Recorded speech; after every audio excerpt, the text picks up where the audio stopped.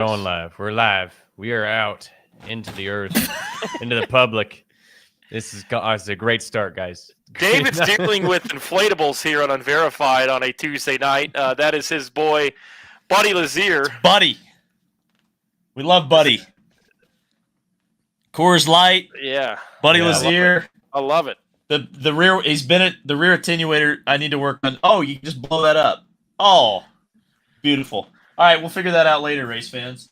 The things you find at vintage stores in downtown Speedway right off of Main Street in a back alley.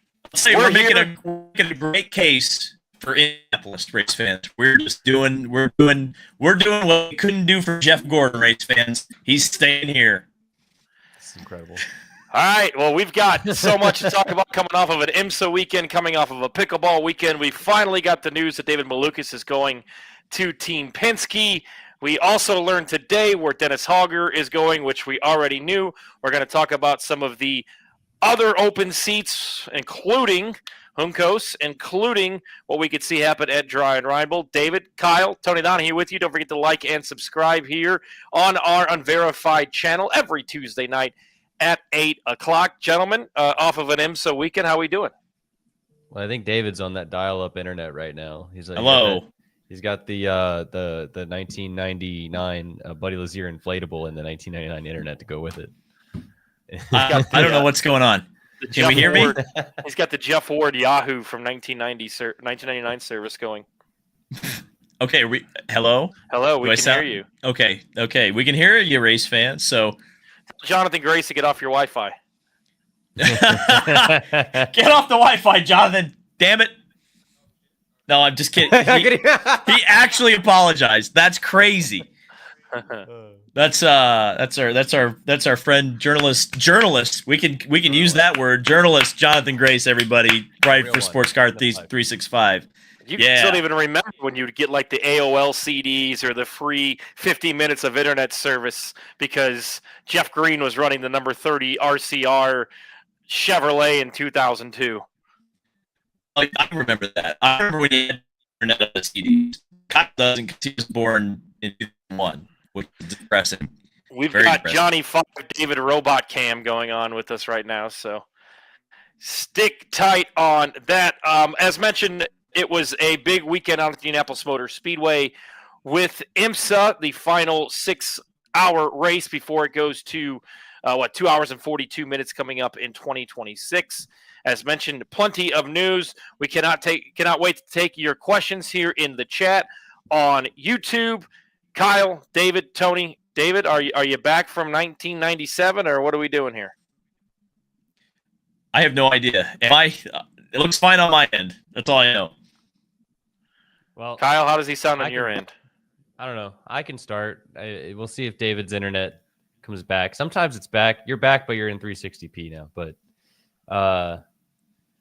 yeah, it was a big weekend at IMS. I mean, let's get into the IMSA talk, right? Because I think we ended up getting a lot of Dude Bro sources over the weekend. Mm-hmm. We also, we had the official confirmation, like you said, of Malukas, and we have a lot of IndyCar things to talk about in this show, like we usually always do. But let's just get into some IMSA here, because Tony, I think we've talked about this since the first episode. Is you don't typically watch as much IMSA as David and I do. We've certainly been to more of the events. You go to the ones at IMS.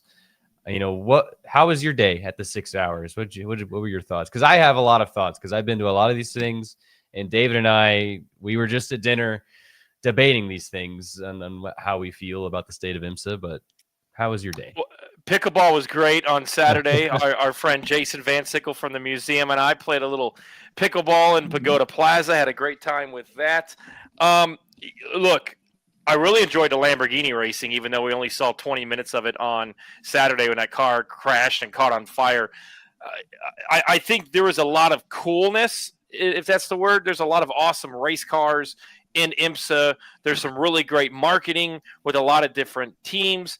But I think what IMSA has is very similar to like USAC sprint car racing. It has a very hardcore fan base that is not a lot of people. Unfortunately, at least here in Indianapolis. I mean, I would say the crowd is 8,000 to 10,000 plus. I thought some of the racing was really cool.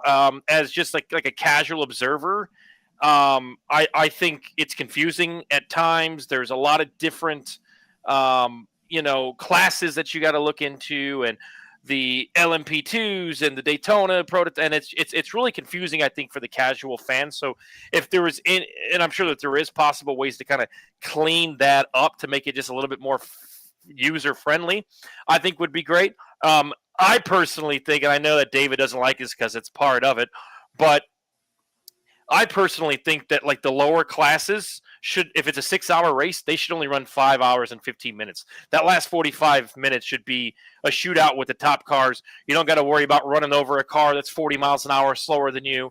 You don't got to worry about Rexy getting booted around and bullied around for the last hour of that race. You don't have to worry about a BS yellow coming out because Toby Sowery wrecked in the short shoot of 1 and 2, or another car had some debris fly off. So that's just me as a casual observer. There was a lot of names that I think you knew, whether they were former IndyCar drivers. Obviously, Logan Sargent was a big name that was out there.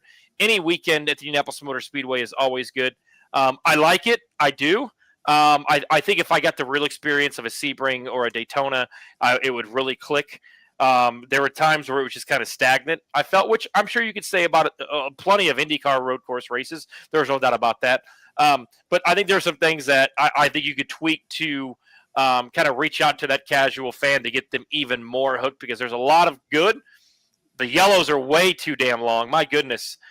We complain about IndyCar yellows being too long, but my goodness. It was like, wait a minute, what do we swept the track 3-4 times now? Like, they're not even going to be racing in that group. So thought the yellows were a bit too long. 6 hours is tough on anybody's attention span. I think all three of us would even say that. And we're not even talking about a 12 or a 24-hour race. So overall, good experience. A lot of things I think that could be changed, but overall I enjoyed it. Yeah, I actually, you made a lot of points there that I actually really, kind of value from a casual viewer, right? Like I would say you're right. It's interesting because you've only been to IMS for a sports car race, where like I would say a Petit Le Mans and Detroit, Daytona. Yes. Oh, yeah, sure.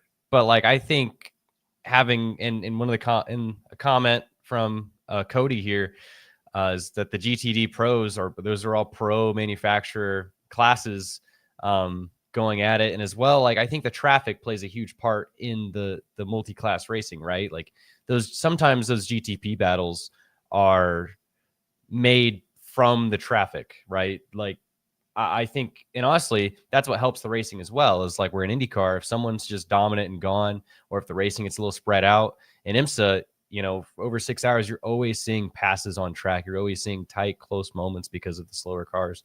So I think if you were to checkered flag the other class, the AM classes early, you'd probably lose a couple of really good finishes. But overall, my one point that I thought was interesting over the weekend was when you talk about IMSA's hardcore fan base, kind of similar to like a USAC Silver Crown in like Sprint Series, which is a really neat perspective, is, when we go to the endurance races in Sebring and Daytona, it seems like endurance racing has a huge hardcore fan base in the South, where the Rolex 24 happens, where the Sebring 12 hours, Road Atlanta, that, there's a huge contingent of fans that always show up to those races and pack the house. But I think the point that I kind of thought of this weekend, that because I honestly, I was a little confused or unsure why a lot more fans don't come to the IMS endurance race over the last years. I think part of it is because it's so new, but also, when you think about it, Daytona has history, tons of history, almost over 60 years of events, right? So there's that event has been built up and is very popular, and a lot of big names show up. Sebring, one of the biggest endurance races of the world, and Sebring is such a legendary track. If you want to go to Sebring, you're going to go to the Sebring 12 hours.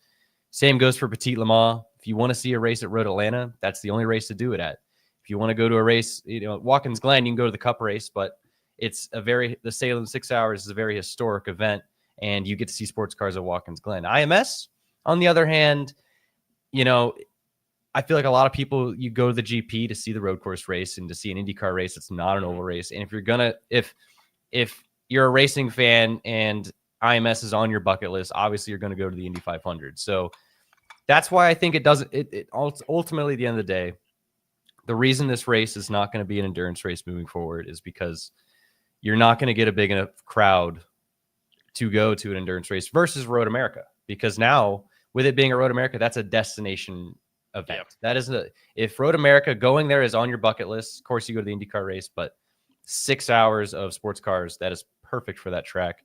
But I do think a presence at IMS is needed for sports car racing. I think it's cool. And I think, what would make it even bigger is if WEC showed up, or WEC for those who oppose to the WEC name. David, are you back?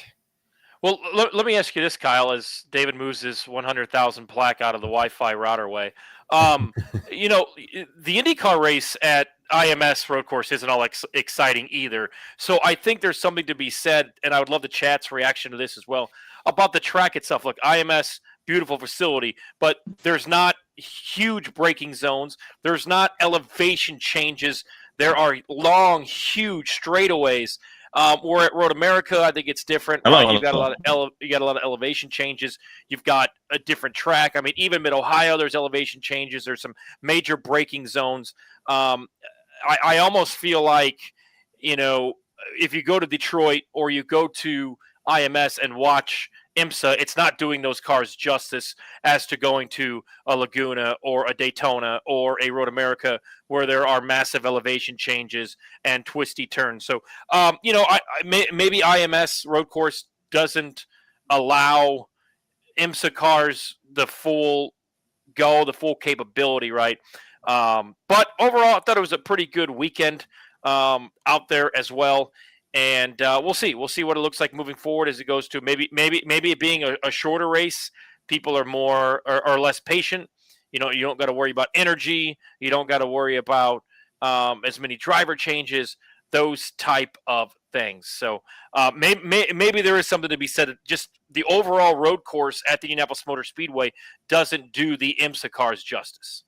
Right. And I think, there were a lot of good things that happened this week. And I think I look back on the event on Thursday night where they took the IMSA cars to Main Street Speedway, had a lot of families involved, probably just live in Speedway and saw an event happening on Main Street. I thought that was huge. That's something, honestly, looking down the line, maybe that's something we could do during the Grand Prix week with Indy cars. I think that was a big time, cool event, kind of setting up a little vendor row between barbecue and bourbon and the other shops there in that parking lot was really cool.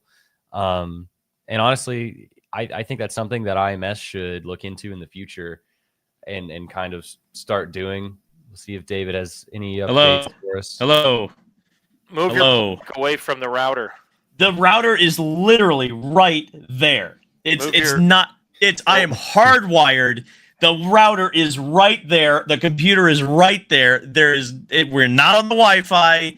There's literally no reason that this should be happening right now. I'm so mad. Kyle, can you hear and see me? We can hear you. You're still a little bit Mr. Roboto-y, but I think we can hang in there.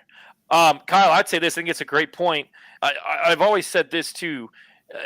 That day before the Indianapolis 500, right? You have the drivers, and then or the driver meeting. Everybody gets their rings.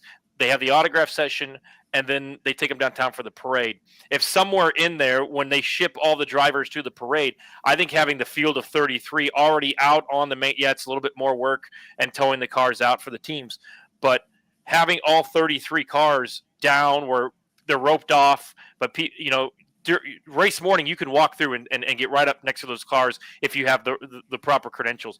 How about having everybody be able to walk through, see the cars, check it out, maybe talk to a crew guy, and then clear the grid and just take an awesome picture from the deck in turn 1, looking towards turn 4 of all 33 cars in a row? I think that would be cool as hell. And then again, doing something similar down Main Street right before the Grand Prix and having that a big deal, I think would be cool. David, your thoughts on what we saw IMSA-wise over the weekend? Yeah, it was a good race. I wish the cautions hadn't been what they were early on. Kyle and I were actually just talking about this. Like,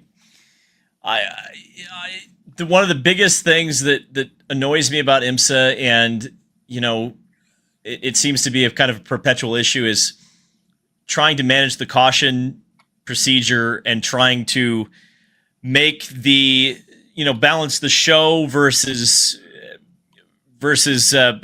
pureness, pure racing. And I felt like the balance still hasn't been struck. I get that they want to keep the classes together, and I understand why they want to keep the classes together. But the whole process, especially when they open the pits, just takes forever. There were some great moments where the race settled in and you really got to see some of the strategy and green flag pit stops and have really long runs. And that was quite fun. It got very, very chaotic at the end of the race. The LMP2 field, I'm sure we were just talking about it, just absolutely went bonkers and decided to crash a whole lot.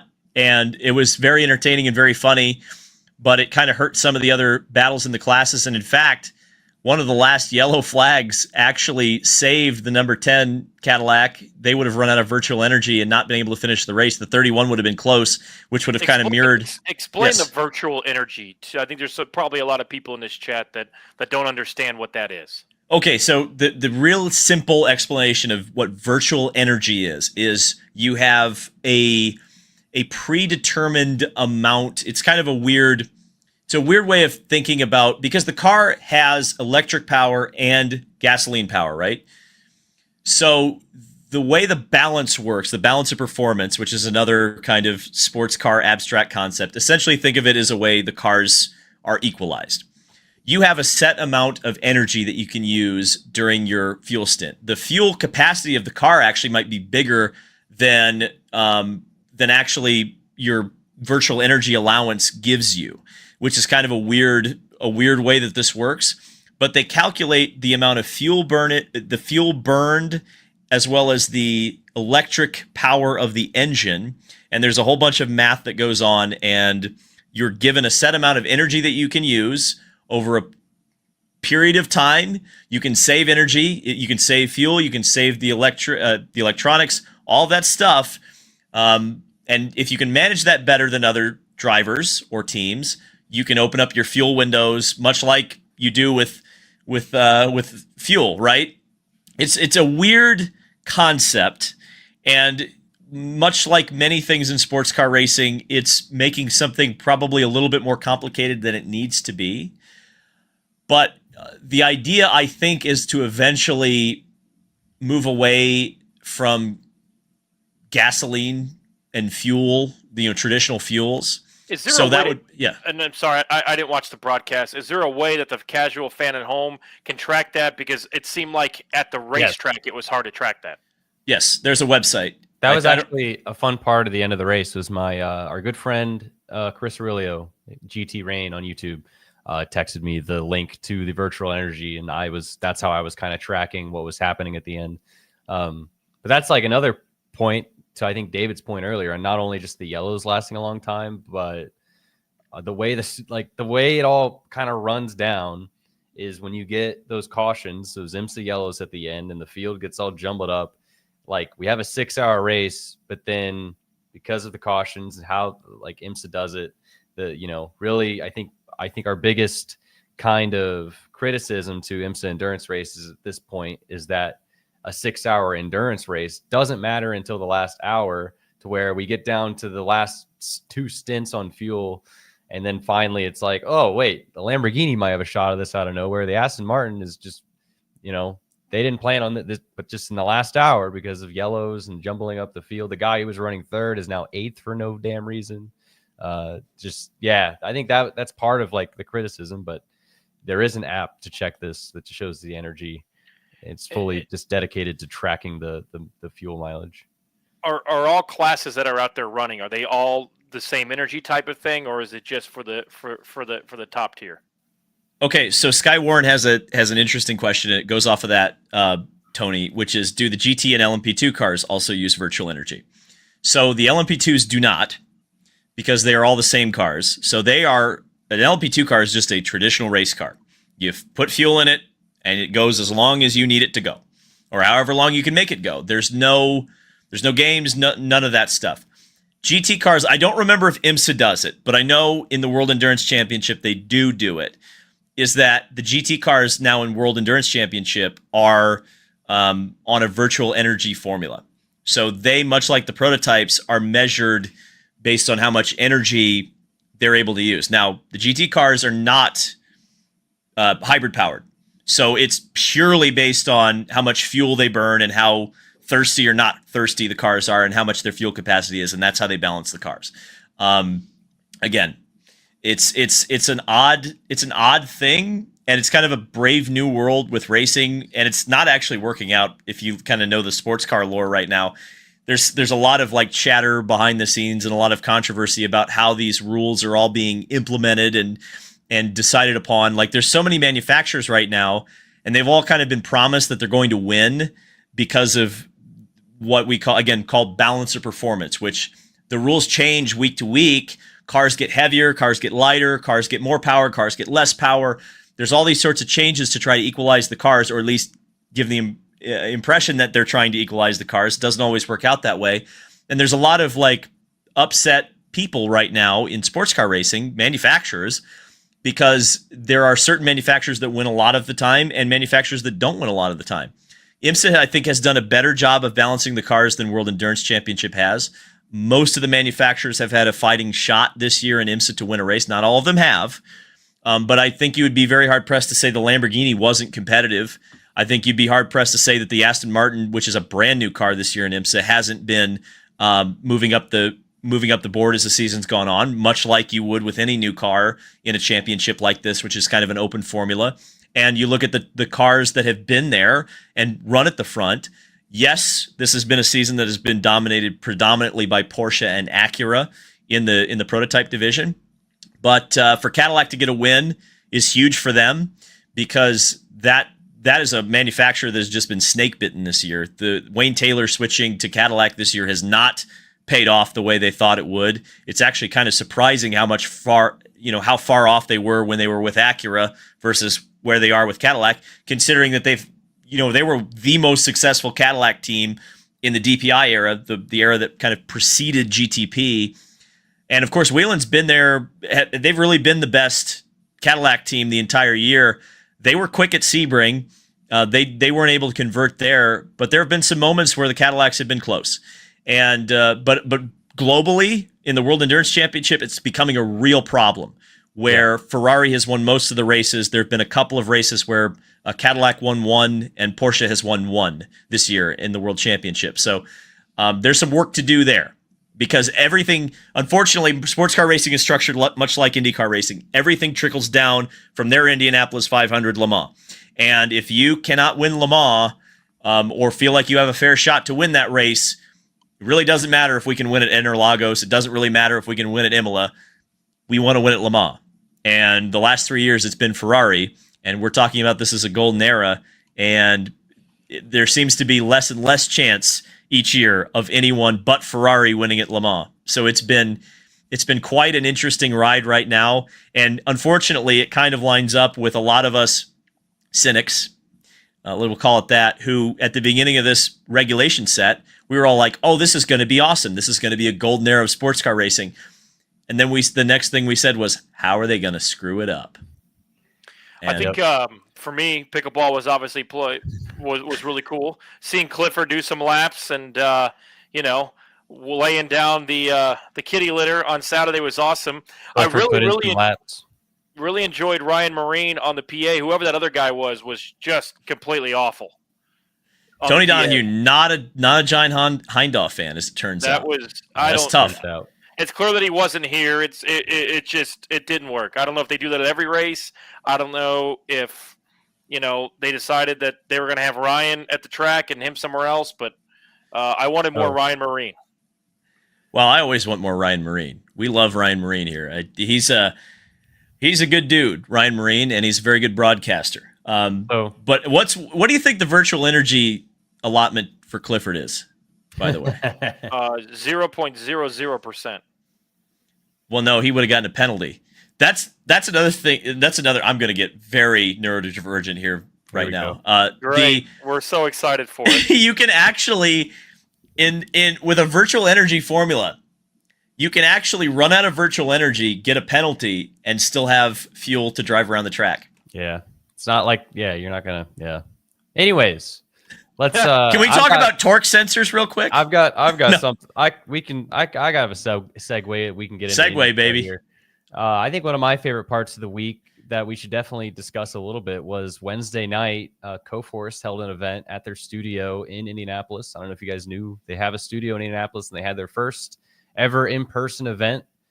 They had a panel with both presidents of IMSA and IndyCar. That's John Doonan and Doug Bowles, and then both chief marketing officers of both series, and the Honda HRC guy as well. I'm bad at names. That's actually really wrong of me. Wow. Kyle.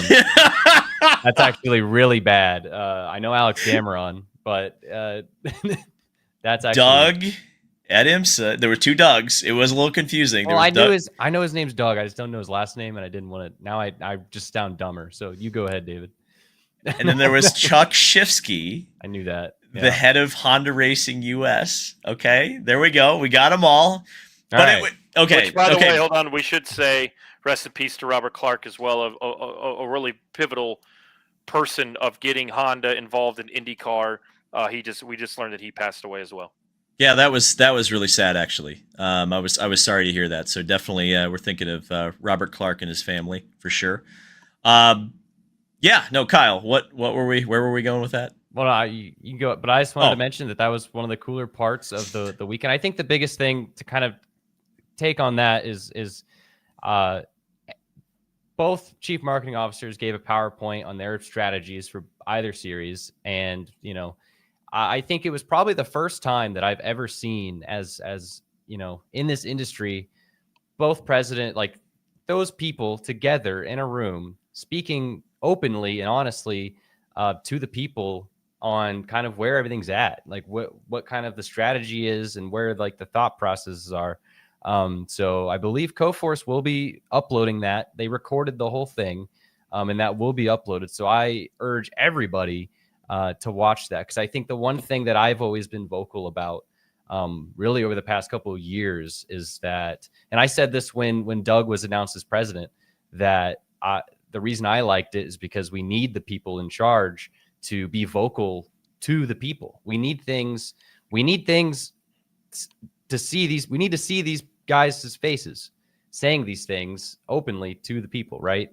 And I think the vest out there watching pickleball this weekend. Well, he's a big tennis guy, as it turns out. I mean, but to your point, Kyle, I think I really want to hammer this home, is that, and I was so thankful that Coforce invited us to that, because it was, me too. Oh wait, it was such a cool event, because you had to drive a cat to Oklahoma City. Wait a second. No, I wasn't invited anyway. Let's just get to the point that you want to talk about. So David got called out in front of everybody. I wasn't going to say that. Not going to say that. In a good way. I wasn't going to say that. In a good way. And they're going to get him a hard card. And Marshall Pruitt went to bat for him, and he got recognition, as he should, to people that matter, I would say. So congratulations to David on that. It was a neat night. But on a industry note, the industry, I think what Coforce did, and to your point, Kyle, like putting that panel together, crazy. Yeah, I thought it was huge. Crazy. Like I said, like I've been very vocal in the past that we need to see their faces and they need to speak openly about these things, because I think that's the way. Like, because we, in this show. In David's channel, we've given a lot of criticism, right? I think a lot of that, and you see it on Twitter all the time, on social media. I think a lot of that goes away when we're just upfront and vocal about where everything, like on where the thought process is and where everything is at, right? It wasn't like a state of the sport, right? It wasn't like, but kind of like going through the marketing, and then also just the bigger picture too is, right, this whole thing was about digital media. And that is something that, obviously David and I, by making YouTube videos, and obviously, Marshall was way ahead of the curve back in 06, 07 on, that is the future of where we're heading. And I thought it was a huge event, and what they put together was awesome. So when that gets out, I urge everybody to watch it. It was so cool. And they're planning on doing more events like that. And obviously they kind of hit a big home run to start. But I think I said this to them too, is that like, I think Indianapolis needs more events like that. I think they need places that are hubs for people in the industry to network and share ideas. And so, I think those sort of events are going to continue to make Indianapolis an attractive place to work in the industry. And that's something we haven't had for a while. I don't know if you guys know this, but there's a little thing that happened called the Split. By the way, should give a shout out to our pal John Orovitz, who provided us with a book, Class of '99.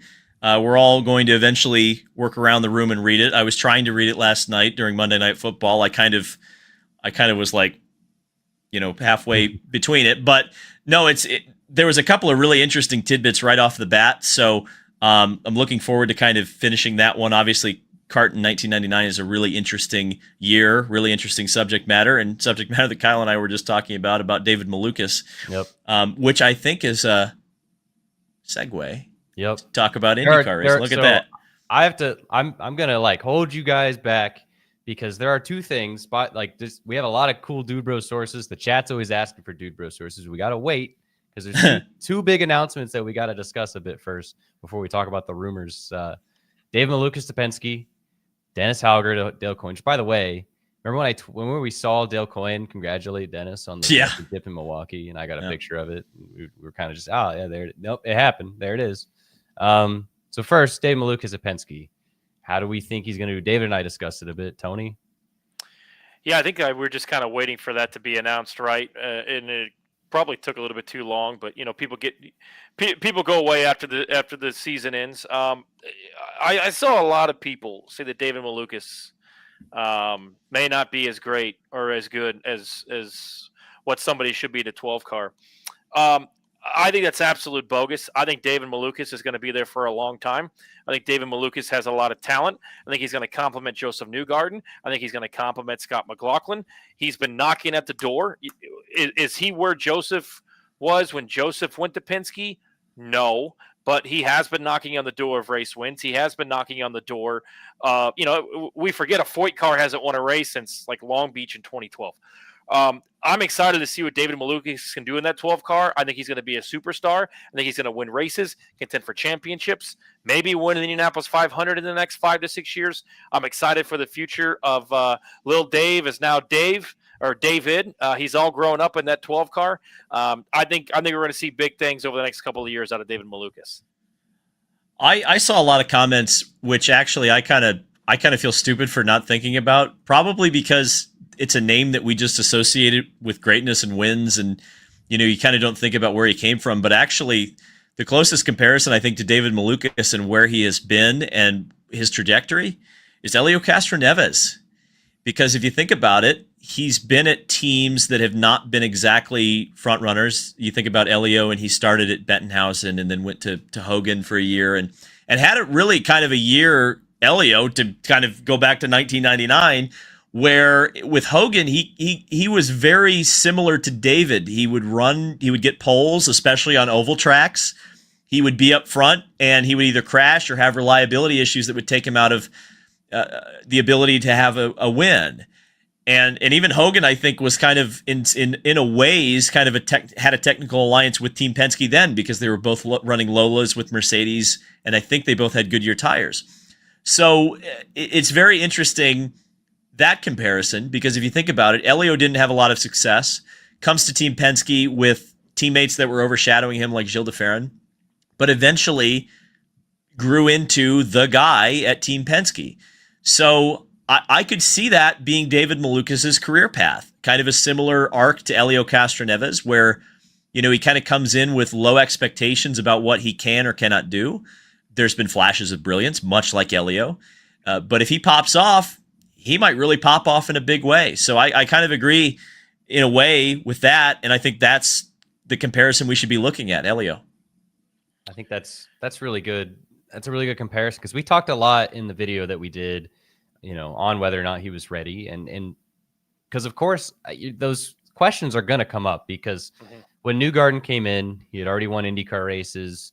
When Will Power came in, he had already won IndyCar races, and of course that's a different story of taking over for Castroneves, which kind of snowballed into a ride because he did so well, and McLaughlin's the last guy that came in without having previously won an IndyCar race, but of course he was dominant in supercars before he came in. We already knew he was great, so again, you have to go all the way back really to, an Helio Castroneves, who is kind of in a similar spot. But I mean, the big story on Malukas recently, right, has been he can qualify, he can be in the Fast Six, God knows how many times this season. He qualifies so great.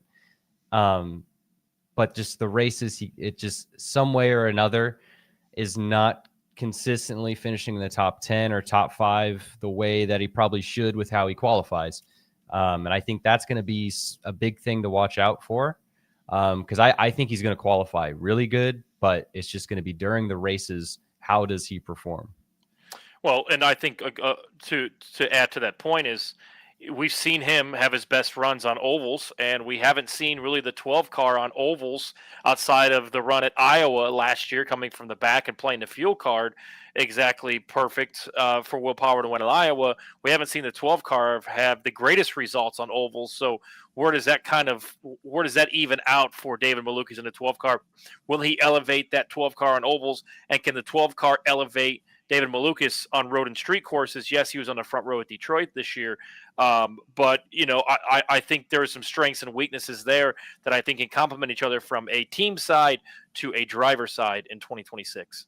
That's actually a super interesting point, to think that Malukas' strength is exactly where the 12 car has lacked, and Malukas' weakness is exactly where the 12 car has been strong. Wow. That puts it in perspective there, because if those two things, like you say, Tony, balance each other out, you might have a really potent combination there.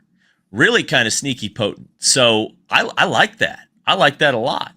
I would say this, though, about the Elio comparison real quick, is that, to be fair to the Elio comparison, Elio was not the first choice. Penske did choose a proven race winner in Greg Moore. Greg was killed, and ultimately that's why Elio got the call. So this is a little bit different than the Elio thing, but not super, super different. The other announcement that came out finally today was the Indy Next champion, Dennis Hauger, moving over with Technical Alliance with Andretti to Dale Coyne Racing. I believe more than likely this will be the 18 car. The 19 car is yet to be determined.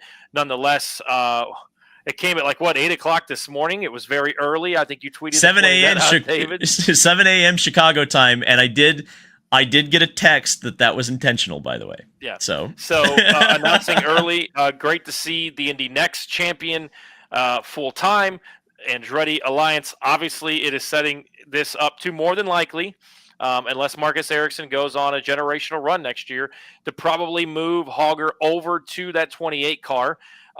Good to see the Indy Next champion getting a ride this year that ran pretty well at times. I do think strategy, and there's a lot of questions that go into this. What engineers from Andretti are coming over? Does Michael Cannon ultimately stay? Where does he end up? You remember Colton a few years ago was joking in a press conference with Michael Cannon being at Foyt, saying, "Oh, that's an interesting way to get Michael Cannon to Penske. Is this a way that maybe Michael Cannon ends up helping out the Andretti side of things with strategy with the Indianapolis 500, which obviously Cannon sat out last year after exiting stage left with Prema before being picked up for the summer portion of the season with Dale Coyne Racing. So your guys' thoughts on Dennis Hauger, something that I think I was told as soon as the checkered flag basically waved back at Nashville. But good to see, the Indy Next champion getting a full-time effort. That's, there's been times where the Indy Next champion has gotten screwed out of some things, has had to wait a year. So I think that's a positive impact on the sport. And I do think Dennis has a lot of talent. Damn, I was about to say, well, hey, Tony, who broke this? Who was ahead of the curve? It was Tony. So we give Tony, we give Tony his props. Tony was 100% right about this, by the way, down to the Andretti partnership. So just throwing that out there. I think it's good, like you said, that the Indy Next champion gets a ride. I mean, unfortunately, we still kind of live in an era where that's promised, but it's not always delivered. Yep. Hello, Linus Lundqvist. I think that Dennis is going to do well. You know, you saw the success that Kyle Kirkwood had going to a different team first, wrecking their stuff and learning a year before he made his transition to Andretti. But I think that, you know, the best years of Andretti, the strongest they've been, and I think they really had two kind of amazing eras. It was kind of, they definitely like the 2005, 4, 5, 6 era, 7. They were really, really strong. And that was when they had 4 or 5 cars every week. And then kind of, you go back to like the tail end of the Aero Kit era, like 16, 17, 18, 19. That was kind of a renaissance for Andretti in a way. And, in the last few years, Andretti's kind of fallen off a little bit. They've been there or thereabouts, especially on the street courses. That's easily been their strength. I think Kyle Kirkwood has been batting above what those cars have been able to do. Colton Herta at times has been able to do that. Marcus Ericsson has struggled a little bit. Roman Grosjean struggled. Even Alexander Rossi struggled. So it's kind of been hit or miss with that team. I think having 2 extra data points, we assume from both of the Coyne cars coming, essentially having 5 cars each weekend, that's how you're going to compete with Penske, who let's assume for a second that the Foyt connection is going to continue. That's 5 cars of data there. You've got Meyer, Shank, and Ganassi. We assume that's at least 5 cars of data. Great so point. The 3 super teams, allegedly, we'll see what happens with McLaren, but most of the big teams are going to have a lot of data now, and that's kind of where maybe Andretti was lacking compared to some of their competitors. And as we mentioned, I mean, I guess we expect Roman Grosjean in the second car. So you've got 2 drivers who Andretti's super comfortable with going into that room with drivers they've either already worked with or been in the same building with the last couple of years, the same engineers, all of it. So even like Michael Cannon worked at Andretti 10 or 15 years ago. So even if he stays with Coyne, like he has a working relationship with a lot of people there. So the whole thing makes a lot of sense. Yeah, and to further that point, I'm not comparing these teams, but Meyer Shank has elevated the Chip Ganassi racing team. Foyt has elevated at Penske at times, especially at the Indianapolis 500, it seems like over the last couple of years. So, the 28 car, we talked to Marcus, all 3 of us did over the weekend. His brother Hampus won both Lamborghini races, and he told me we need a reset. We need some new people on the box and some changes, and let's see what happens because he is going into a free agent year, and it seems like the writing is probably on the wall for Dennis Hauger to take that seat. But let's see what Marcus Ericsson, what Kyle Kirkwood and Will Power can do together as a 3-car effort with Andretti. And then we'll see how much the Coyne side of things elevates them and how much Andretti can elevate Coyne. Other rumor mill type stuff that we have learned. I think the next domino to probably fall is Rinus VeeKay and who will fill the 4-car. I was told this weeks ago that it is more than likely that Rinus lands at Juncos, so you can see down there in the bottom. If you unscramble the capitalized letters, you'll get Rinus to Juncos, which is where I think he is going. Which obviously, David, leaves the 4-car open, which could possibly be bought, filled, partnered with Jacob Abel, which seems to be coming up more and more. Obviously, their shops are basically right across from each other. There's a partnership, as we know, with Abel Motorsports in Indy Next to field Miles Rowe, who obviously has a connection to Penske, who maybe Foyt continues their connection with Penske. It does all seem like the puzzle pieces are there. How do you see this puzzle fitting together? And is it going to be able to the 4 and Juncos bringing in Rinus? Well, it sure seems like the logical conclusion would be Jacob Abel to Foyt. There's, as you mentioned, there's a lot of reasons that makes sense, especially if the plan is to continue with the Penske partnership. Obviously, Miles Rowe continuing with here we go. We've got the PowerPoint up. With Miles continuing at Abel and in Indy Next, it would just make a lot of sense, especially if that seat. Let's see. Let's make sure the 14, what I'm saying. I put Venice in the 19, by the way, because I like the party. It might be the 18. They didn't announce that, though. That's the part that annoyed me is that, it's not okay. So it's definitely a 1-year deal, right? Because they didn't say multi-year contract, but like they also didn't say what number he was going to be in, and that annoyed me. So I'm putting he's probably the 18, to be honest, but I put the 19 because I like to party. So there you go, there you go. So Santino Ferrucci, we're not sure if he's signed through 26 or 27. For the purposes of this, I'm going to assume he's signed through 26 because I could see in 27 it could be Jacob Abel and Miles Rowe at AJ Foyt, right? That would make a lot of sense. But here's kind of a thought that I had, and this is just a thought. It's not really coming from any other information that I've been given, but I've thought about this because I thought about last year where there were a couple of seats left. I think it was Ray Hall and Juncos, and Stingray Robb was kind of the last driver on the market. And there was kind of like a reverse bidding war to try to get Stingray Robb in the seat because he had money and there were 2 seats that needed to be funded.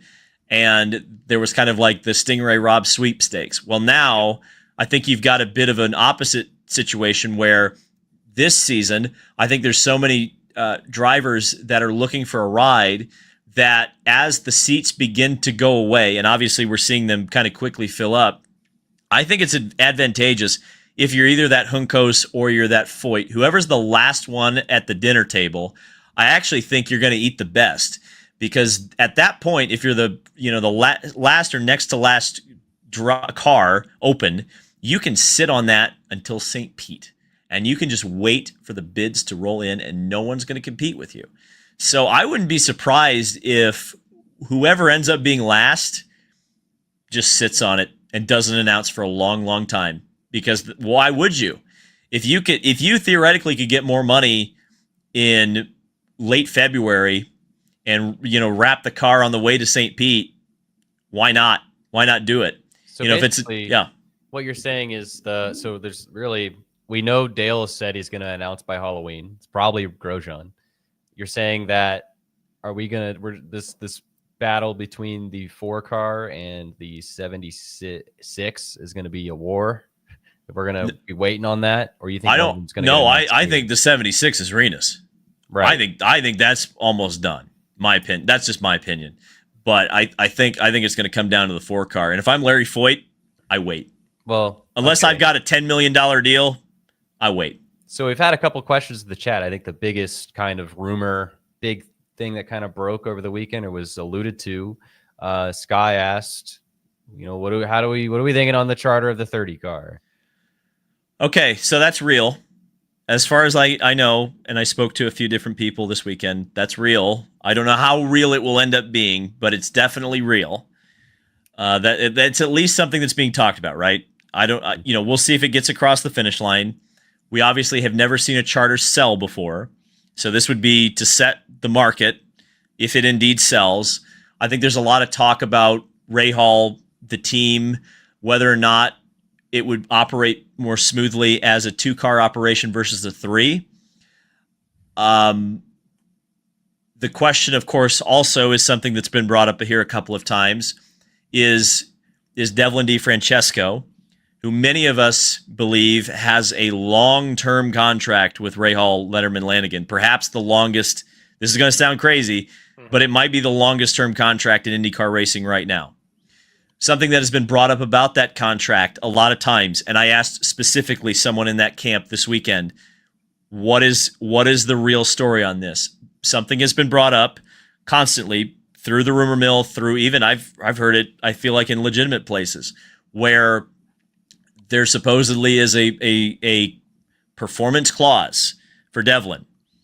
There is no performance clause for Devlin, as far as I have been told. So I don't really know what that would mean if that charter were to be sold and were someone to buy it. I wonder if Prema is waiting around on the future of their team to see what happens with this charter. But as I think Tony could probably go into a little bit more. We know there are a few more teams that would be open to buying another charter, maybe some future plans, in the works. I mean, if you think about like Dreyer and Reinbold, they've talked about charters for a little while. Now there's one available. Would another team expand? Would another team be willing to expand? There's a lot of question marks about this, and there's a lot of uncertainty about this, because if the charter ends up selling for like bupkis, all of a sudden, everybody just found out what their charter's actually worth. So it's going to be quite interesting. And I think some people would say that we've talked to, David, that a charter will probably go for less than what maybe we expected, right? Maybe just a couple $1 million is kind of the word or the number that we heard over the weekend. So there's a lot to unpack from that. Everything that I have heard, and this is going to change and probably will change, but the latest that I've heard out of Prema is status quo. Until we hear anything different, both of those drivers are under contract for the 2026 season. That would be Robert Schwartzman, who last Tuesday denied the rumors of him not being happy at IndyCar. Seemingly wants to stay. Colin Eilot has a lot of talent. We've talked about that on this show. More than likely, it seemed like the WEC rumors kind of went away with him. And seems to me that as of right now, and this could change if other things become open, that Prema runs it back how it is. Somebody had asked, does ROI go with Rinus? No. Rinus, I believe, is going to take that ride and more than likely will be paid at some point, probably through a Stingray buy situation, right? Unless Connor Daly comes in with a massive amount of money for a sponsorship, I'm not sure that's the direction that we are going to go with Juncos. I say we, but that's from what I've been told. As far as ROI and Todd Alt's money, I think that is staying with Dale Coyne Racing. They are looking for a path to ownership at some point. So do they maybe hang on? Maybe Dennis Hauger, who only has supposedly enough money with the scholarship for 3 races. Does Todd Alt come in and kind of with that livery that we saw unveiled for Rinus that they said is going to be the livery for 2026? Does that stay on? Another question that's been asked is there another team out there that could expand? I was told 2027. Then I had heard possibly as early as 2026. But I think Meyer Shank could be in the works for a third car at some point here in the near future. Now, what does that look like if it is 2027? Well, there's a lot of things that you can throw at the wall right now and hopes it sticks. I'm not going to do that, but I did hear from a pretty good source this weekend that there is plans for expansion to a third car at Meyer Shank Racing. As far as what Connor Daly could be doing next year, you mentioned, David, is there a charter available that Ryan Reibold can scoop in and take and possibly run full time? I think I'll believe that one when I see it. But for Connor, who has mentioned that he does have some sponsorship, probably doesn't have a full sponsorship funded, is that an opportunity for Connor to land back and take those sponsors to Ryan Reinbold, if not for the full-time season, certainly for the Indianapolis 500? There are still a few Indy Next drivers that are kind of poking around but don't have the budget. That includes James Rowe. That includes Kyle Collette. Haven't heard too much on that. There is possibilities of maybe seeing an extra car for certain teams at the Indianapolis 500, maybe some other races as well. But the last that I have heard is that Meyer Shank has interest in a third. Looks like Prema is more than likely as of right now, unless something else opens up, status quo. And I think, we talk about dominoes to fall. I think behind the scenes, Rinus is going to go to Juncos. More than likely, Abel ends up at Foyt. So then it really becomes the biggest domino to fall would be that 30 charter and what Ray Hall does with that entry. And I don't think, I know there was a bogus rumor. I have not gotten the idea that Graham Rahal is retiring. So I think more than likely the biggest domino still to fall, David, is what happens with that 30 car. Yeah. And it's kind of a surprise, isn't it? Like, I don't think we really, like, I know everybody was talking towards this in the stretch run of the season, just how bad the 30 car had been. Mm-hmm. But really, I don't think anyone kind of expected anything outside of a driver change there. I know I was a little bit surprised to hear that they were kind of taking the nuclear option with it. And I wonder if that nuclear option is really the only way they might be able to get out of Devlin's contract, quite honestly. That's just me speculating. But I wonder if because if it's true that there's not a performance clause and it's a long-term contract, then maybe the best way is to just cut your losses and just get rid of the charter and let somebody else deal with it. And a great point to that, but also there was small rumblings. Is there another sponsor that could come in and kind of? I don't think you're going to fill in the gap that Devlin brings, because that was a lot of money, but enough to say, all right, we're going to cut our ties here. We have the sponsor. Is it maybe a drop light? Is it something else along those lines that may say, hey, we want to go full time. Here's the money to do it. Yeah, I mean, anything's possible. It's a weird one. It's a really weird one. And again, I kind of like the idea, and maybe Kyle can expand on this a little bit, of, if you streamlined Rahal, is it really that bad to just have the 15 and the 45? No, I don't. We had this conversation when we heard about this news on Friday, Saturday. When we kind of talked about it, I think that it makes perfect sense. I think you actually have a pretty, like, you look at the qualifying results this year, some of the top 5s, top 10s. I think, with Graham and Louis, you have a really good lineup, that you have a decent lineup to build on. And I think, quite honestly, not just on Devlin, but the 30 car in general over the last 3-4 seasons has really done nothing. Like that car it just seems like something with them running a third car. They have not been able, because you have to remember the 30 car won the Indy 500, but that car is now technically the 45 after they switched teams with Jack Harvey and Christian Lundgaard. So really Rahal has had 2 contending cars, except for the 15 car on ovals. I mean, I think it makes sense if you're them, honestly.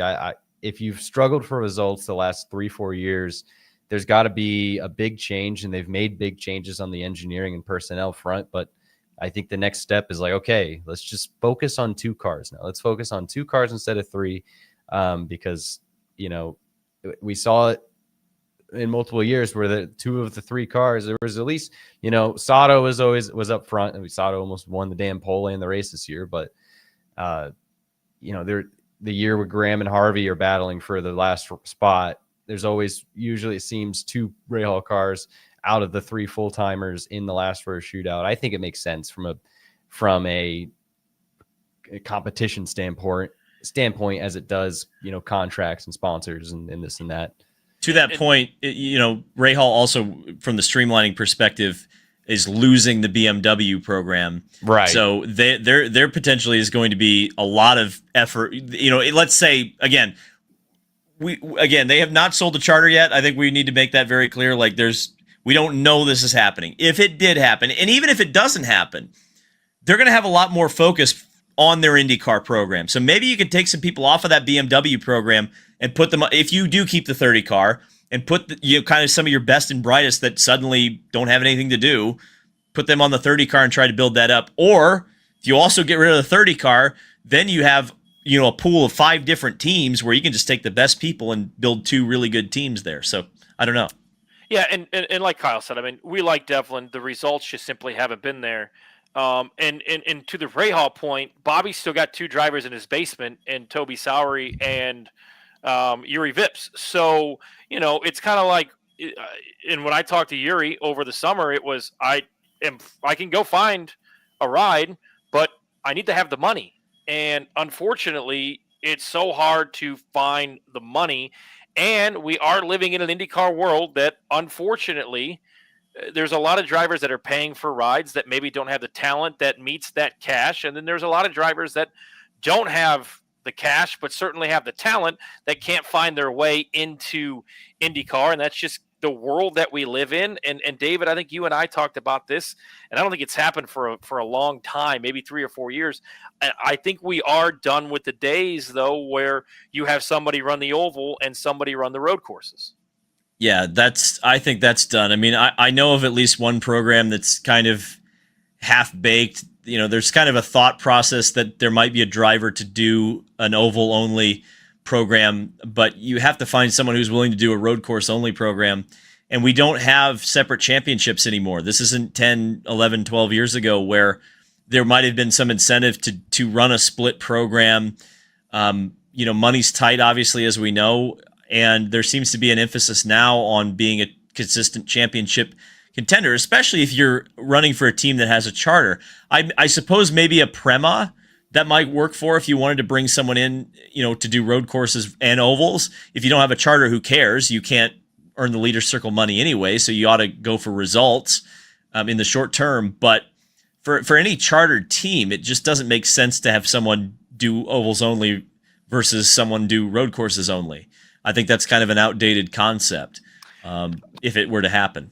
To continue on to the point of all of this, what it seems that we are hearing, and we haven't mentioned it, I know I did a little bit, but the future of Connor Daly inside of IndyCar. David, your thoughts on where we'll see our friend Connor end up in 2026? I'm worried, and I think he's worried too. I mean, if you listen to his podcast, he's worried because I think a lot of people are beginning to put the pieces together that Renus is going to take his ride. Obviously it's not done yet. It could fall apart tomorrow for all we know. But if you're Connor, you're just sitting there hoping. Connor has been good at putting together a budget, right? And you have 4.5 months, and like I said, I think there are some teams that are going to sit on this for a little while and wait to sign a driver. So I think Connor has a partial budget, and it's going to take him getting a few more $1 million in the bank to pull off a full season budget. So you've got several months to do that, and that's kind of the status of him right now. That new car is going to need to be tested too here in the next 12 to 16 months. But all right, let me ask you this: let's say there's an opportunity for Connor at Dreyer Reinbold. Could Dreyer Reinbold say, "All right, we can't get a charter, but we're willing to run the ovals with Connor and the budget that he brings"? Is that a possibility? It depends what Dennis wants to do, right? I think that would help them out. I mean, I don't think it's a bad thing to run more races. I think it would, and think about this. Dreyer Reinbold lost the Indy 500 this year because it wasn't because they were lacking pace. It wasn't because they were slow on their pit stops. It wasn't because their drivers weren't any good. Like everything, they were primed and ready to go to win the Indy 500. And there was a very simple mistake on the radio that cost them right? And that would be something that if you went and ran Phoenix, you probably would have found out that, maybe we need to not do it that way, right?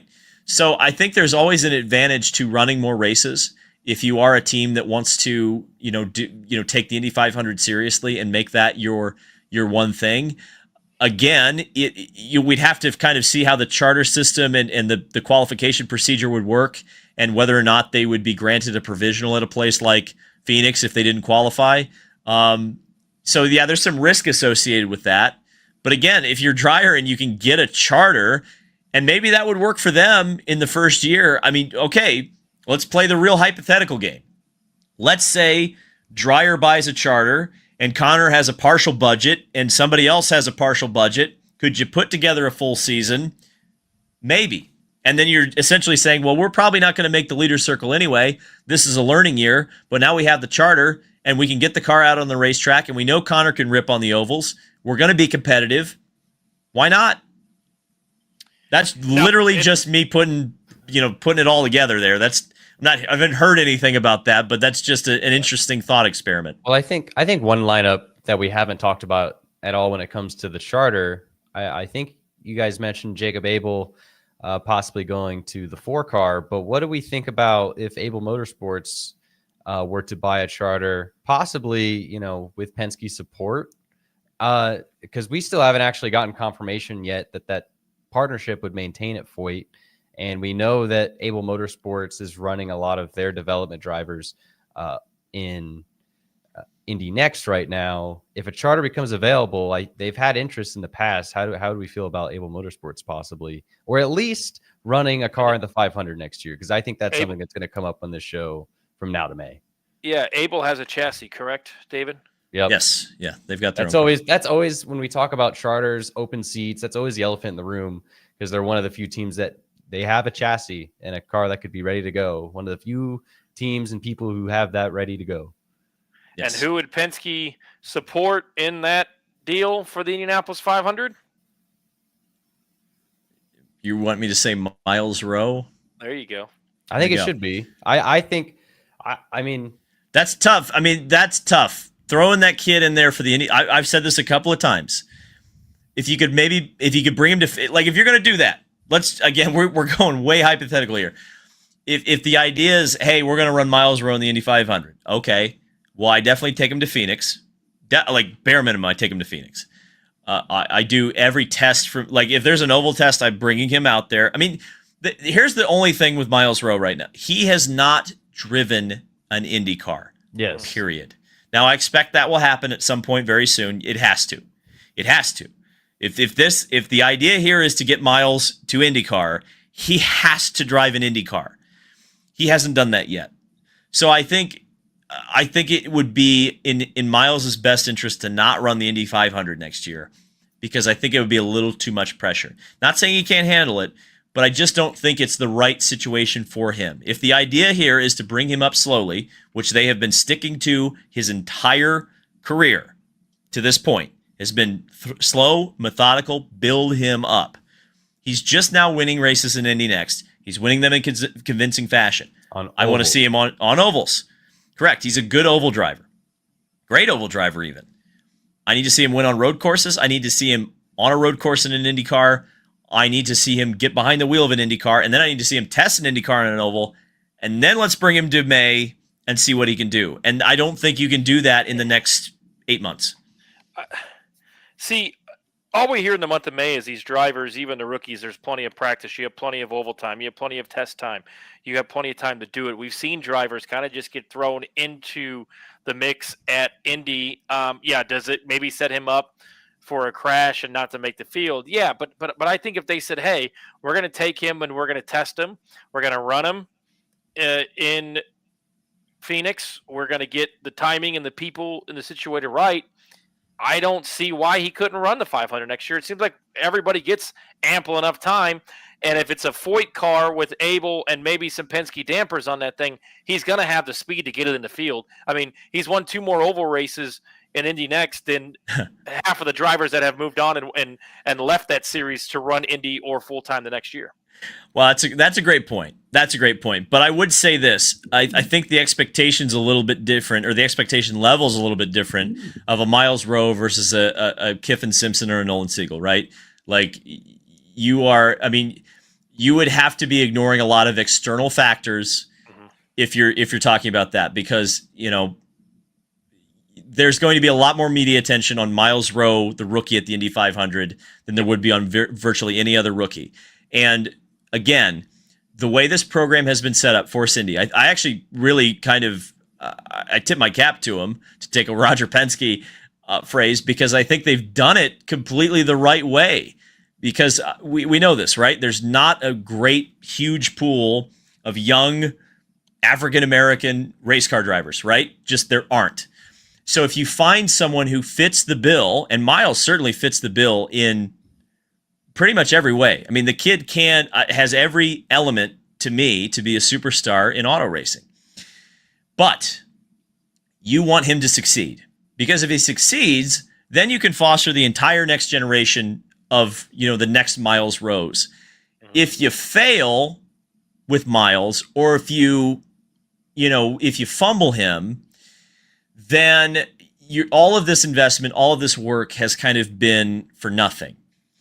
And that's a lot of pressure to put on a kid. And I get it. Miles is cool as a cucumber. Like, genuinely, he has the right attitude, the right temperament to take this challenge on. But make no mistake, it's a challenge. And it is going to, because right now I feel like everyone's kind of sleeping on him, especially the mainstream media.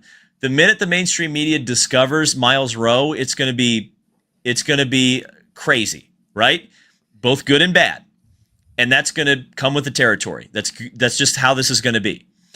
And so you just don't want to throw that kid in the deep end and have him, do what most young race car drivers do and make big mistakes the first time he's on an oval. You just want him as prepared as possible. Again, the stakes are higher than just a rookie driver going to the Indy 500, and we have to acknowledge that that's a truth of this whole thing. I do agree with the methodical approach, but the one part of it that it might be a little confusing is, Penske's decision making a lot of times comes down to business, mixed in with the competitive side. And if you look at Miles Rowe's career, right, it's not a secret through the paddock of, the first year of his USF 2000 season. He won a race towards the end of the year, but it was a rough go. And how much Penske had to spend on crash damage alone, Miles had to come in the second season and fund his own ride. And then he wins two of the first three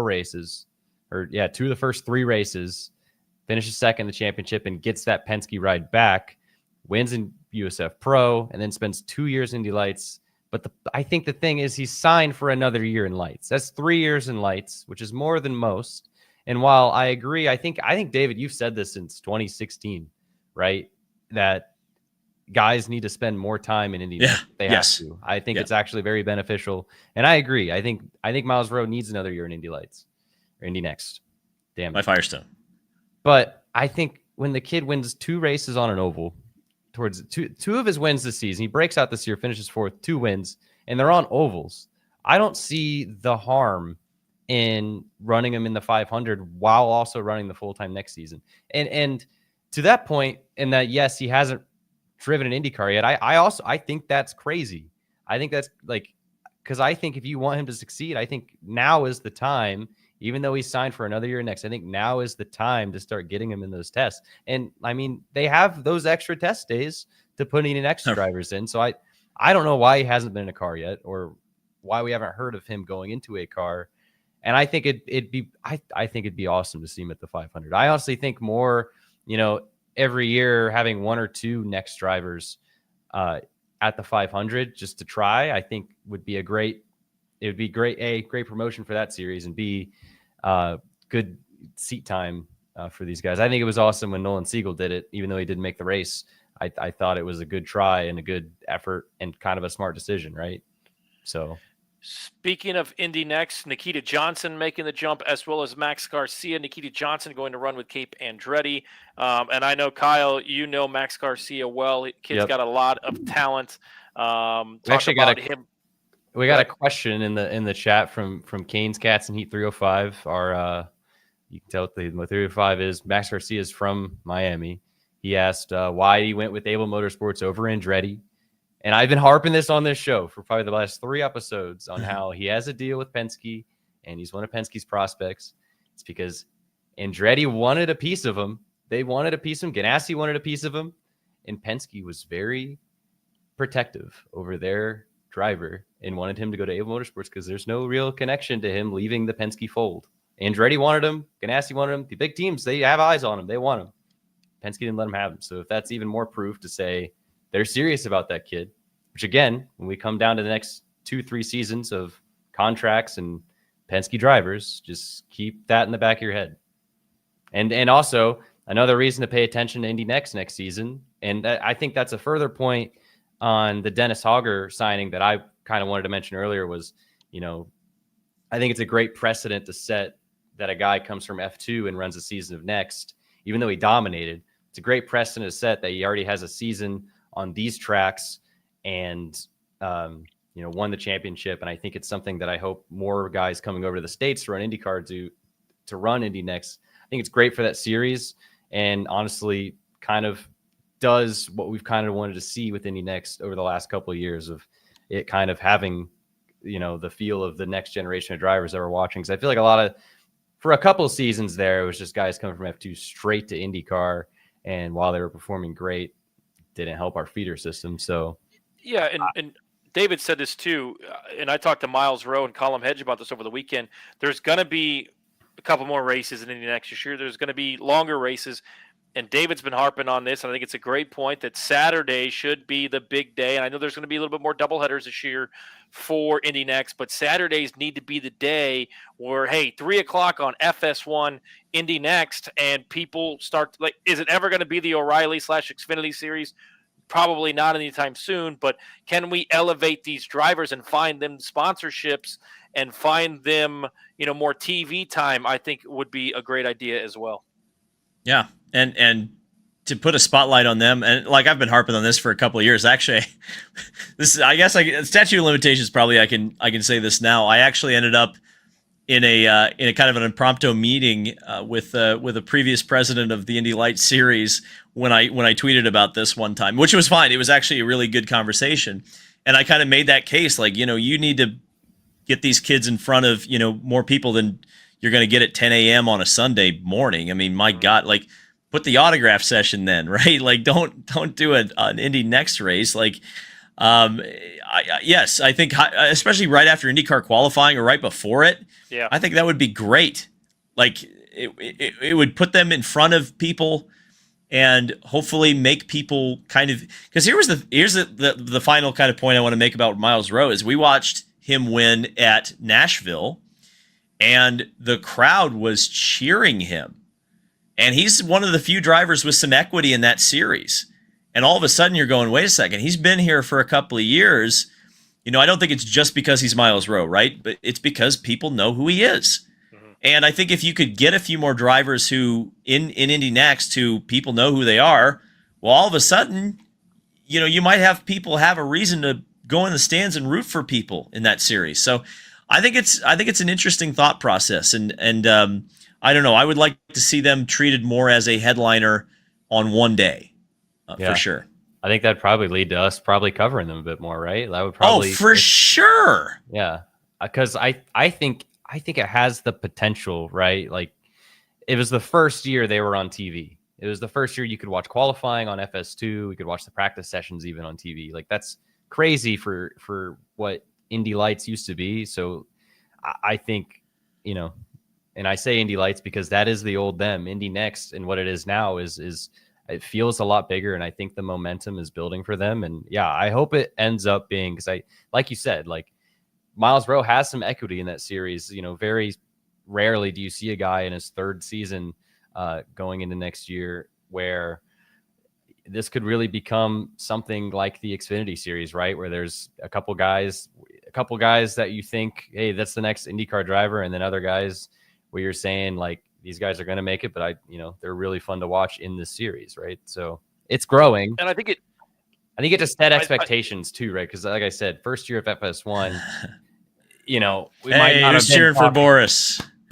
Hey, Boris is. This is usually the point in the show where Boris is like, "You've been yapping too long. You got to shut up." Well, and I think to that point too, it just gets buried. It just gets buried too quickly after you have a winner at 10:30 and everybody's rushing to eat and walk through the grid or get to the seats before the IndyCar race on Saturday. You're going, all right, let's run Indy Next and then go right into IndyCar qualifying, kind of a back-to-back deal, and then you have the Indy Next winner maybe on the broadcast of the qualifying of IndyCar, and then maybe bring him into the press conference later on after the qualifying ends for IndyCar as well. A lot we didn't get to, a lot we left on the table, but plenty for next week. We have a whole off season, another 5 months of it. I did hear this before we wrap up, David. All signs right now pointing to no Indy 500 oval test in October. I know we saw it last year, and I believe the year before. But everything that I heard over the weekend is that will not be happening next month. Yeah, it's weird. I've heard a couple of different. There's Boris. There's Big Boar. Hey, buddy. There he is. Hi, buddy. Oh, he's a snuggly cat tonight. So it's interesting. I don't think it's going to be a full field test, but I did actually hear today that there is going to be something on the oval before the end of the year. Okay. So stay tuned. Well, we definitely want to see that, and we will be out there covering. But of course, the oval's torn up right now, so nothing cool. running there. Yeah, that was cool. I know we all spent some time at the museum over the weekend. Had a great time with that. A lot of fun. I know one of our listeners has mentioned Brett has some stuff that he's selling that I want to point out. I'll send people that. He's got an awesome collection that he's trying to get rid of. So a lot still to discuss. We'll have more coming up next Tuesday. For David, Kyle, and of course, Boris. We'll see you next week on Unverified. Don't forget to like and subscribe.